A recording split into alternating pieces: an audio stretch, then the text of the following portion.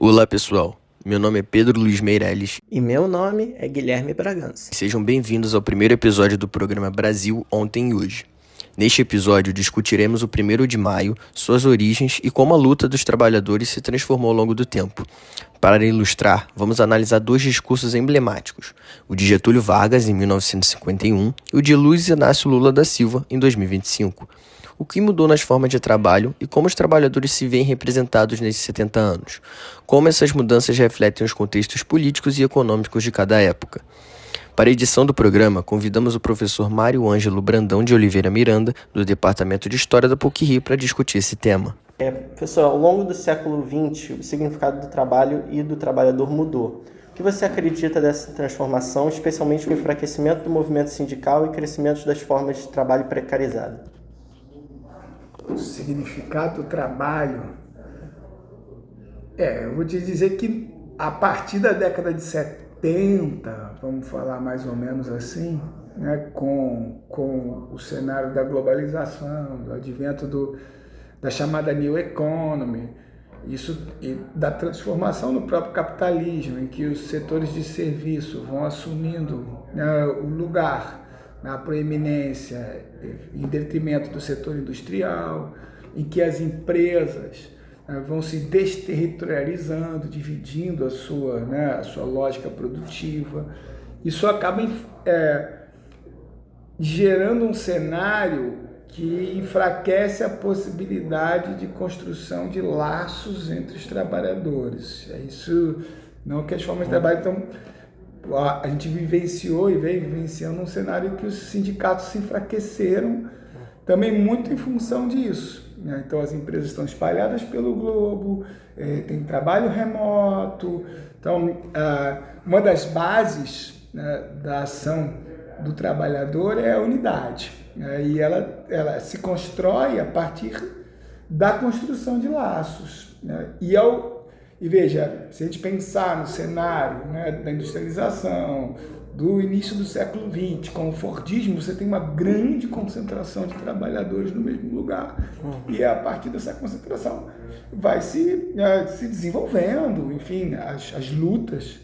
Então, pensando no hoje, eu diria que elas podem estar enfraquecidas um pouco. Não que as lutas sejam enfraquecidas, mas a possibilidade de construção. E isso é orquestrado, né? O sistema, as transformações no modelo capitalista.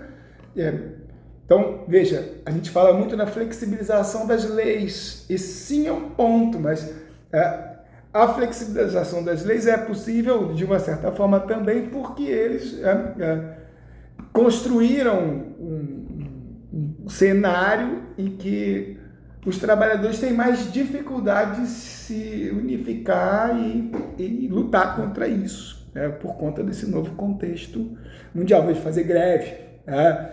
Se está tudo espalhado pelo planeta, então eu faço greve aqui, os caras no Vietnã estão trabalhando, nos Estados Unidos estão trabalhando. Então você vai quebrando um pouco, né, essas possibilidades de unidade. Você acredita que a pandemia acelerou esse processo? A pandemia teve muitos impactos, né? Mas acho que esse processo já vem, que eu estou dizendo, pelo menos desde os anos 70 se consolidando, com o consenso de Washington em 89, então é um processo que vem em expansão.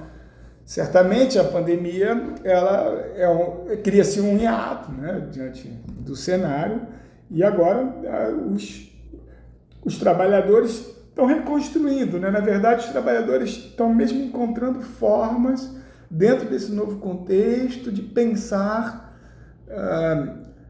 outras articulações da luta coletiva.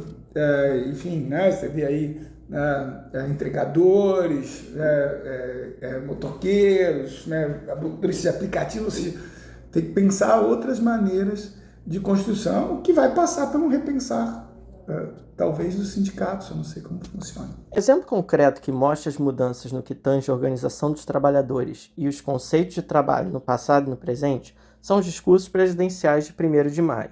Você vai ouvir agora um trecho do discurso de Getúlio Vargas em 1951, em que o então presidente discute a importância de sindicatos e organizações de trabalho fortalecidas.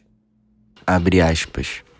Das classes trabalhadoras organizadas participando realmente do governo através dos sindicatos, cooperando diretamente com ele, é que poderia achar o sistema de defesa de que necessito para levar avante a obra renovadora do meu governo. Quero encontrar em vós, trabalhadores, nos vossos órgãos de classe solidamente organizados, os amigos verdadeiros e independentes que hão de sempre dizer-me a verdade sobre as vossas necessidades, sem falseá-la, sem adulterá-la, como fazem muito em que a mim se dirigem com o velato propósito de legitimar as suas pretensões egoísticas, em detrimento dos interesses do povo. Fecha aspas. Agora, você vai ouvir um trecho do presidente Lula no Dia do Trabalhador deste ano de 2025. Aqui, a mudança de formas de trabalho fica evidenciada nas menções de empregos sem carteira assinada, além do debate por novas estruturas de escala de trabalho. É que nós vamos aprofundar o debate sobre a redução da jornada de trabalho vigente no país, em que o trabalhador e a trabalhadora passam 6 dias no serviço e têm apenas 1 dia de descanso.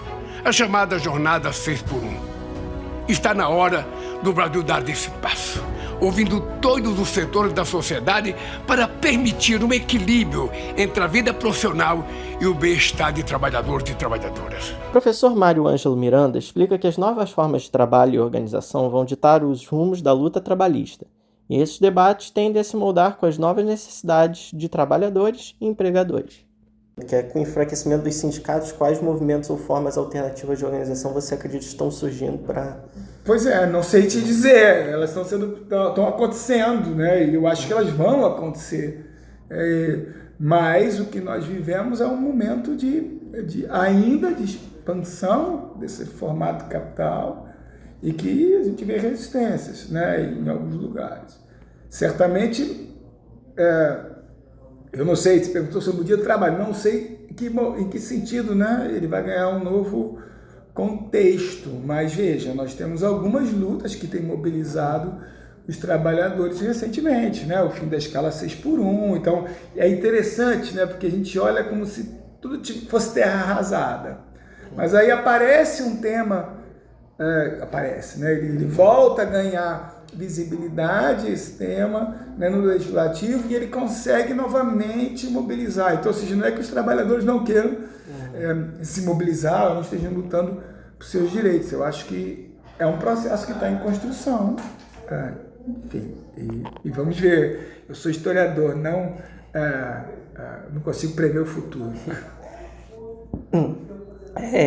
Com as novas formas de produção e globalização do trabalho, o que podemos dizer sobre a luta dos direitos trabalhistas e o que o 1º de maio representa nesse contexto moderno? Então, ainda há espaço para mobilização como no passado? Acho que já meio que te respondi isso antes, né?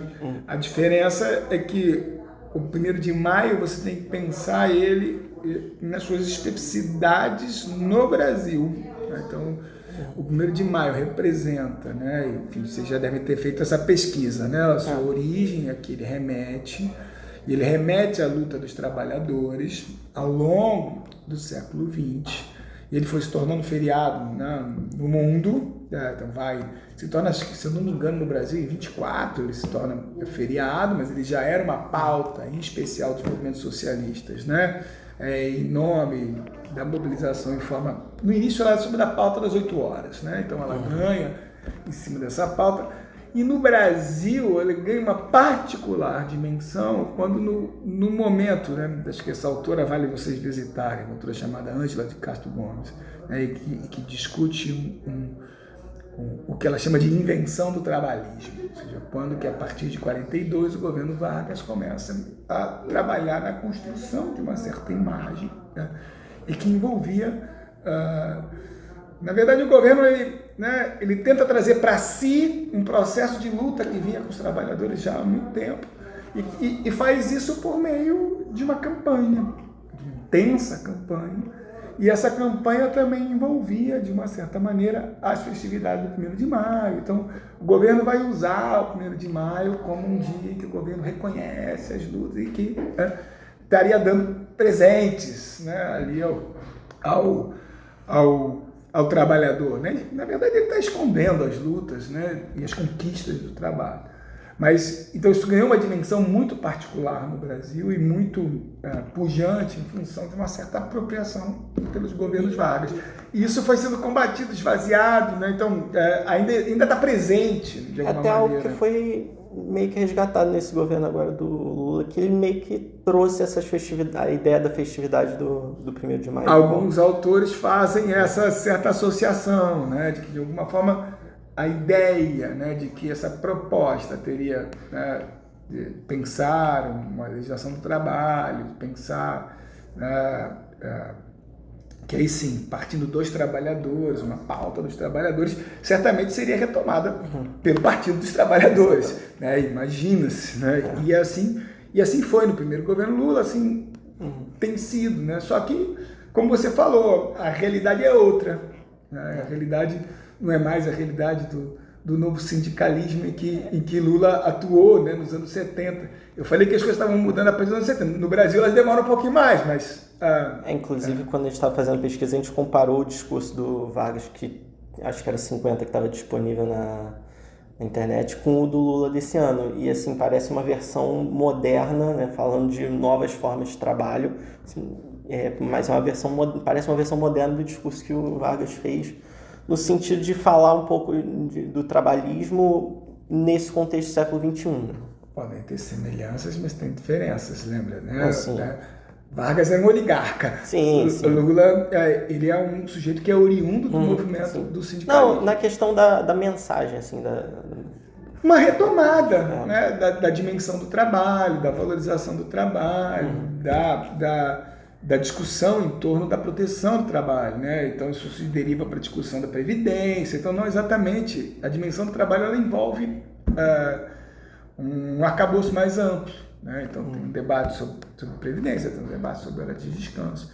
Então por isso que eu disse, não por acaso é retomada, né, a discussão sobre, e inclusive uma discussão que tem gerado uma certa polêmica, né, acerca dos motoristas de aplicativo, com carteira, sem carteira, entra na legislação, não entra na legislação. Então, acho que é um momento em que o movimento de trabalho tem que repensar e tentar entender o seu lugar. Né? E que sofre novos ataques, né? Eu vejo aí a turma no YouTube dizendo que SLT é ruim, né? Agora você tem um projeto, por exemplo, de diminuir, que eu acho que é na Coreia que está tendo, né, de diminuir as horas de semanais de trabalho, não necessariamente o dia, mas diminuir a quantidade de horas por dia, né? São possibilidades. Uma coisa que é importante, né? O caminho está aberto e as soluções são pensadas pela sociedade.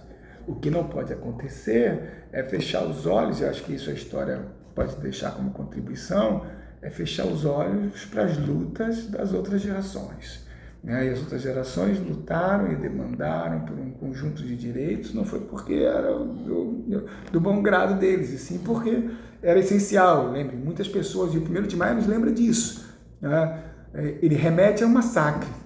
As pessoas foram às ruas e colocaram os seus bens mais preciosos, as suas vidas, em risco, em nome, né, de uma melhoria de suas condições. Então, eles pensaram muito ao tomar essas decisões, né? Então, a gente tem que, claro, podemos considerar um outro contexto, mas temos que lembrar do que essas pessoas fizeram, do que foram as lutas ao longo, né, do século do trabalho e avaliar, né, o contexto atual. Mas acho que isso cabe muito ao movimento organizado, como ele vai se organizar, mas às vezes a gente fica pensando que isso é um texto nacional. Não é, né? Isso é algo que está acontecendo, claro, com suas diferentes nuances no mundo.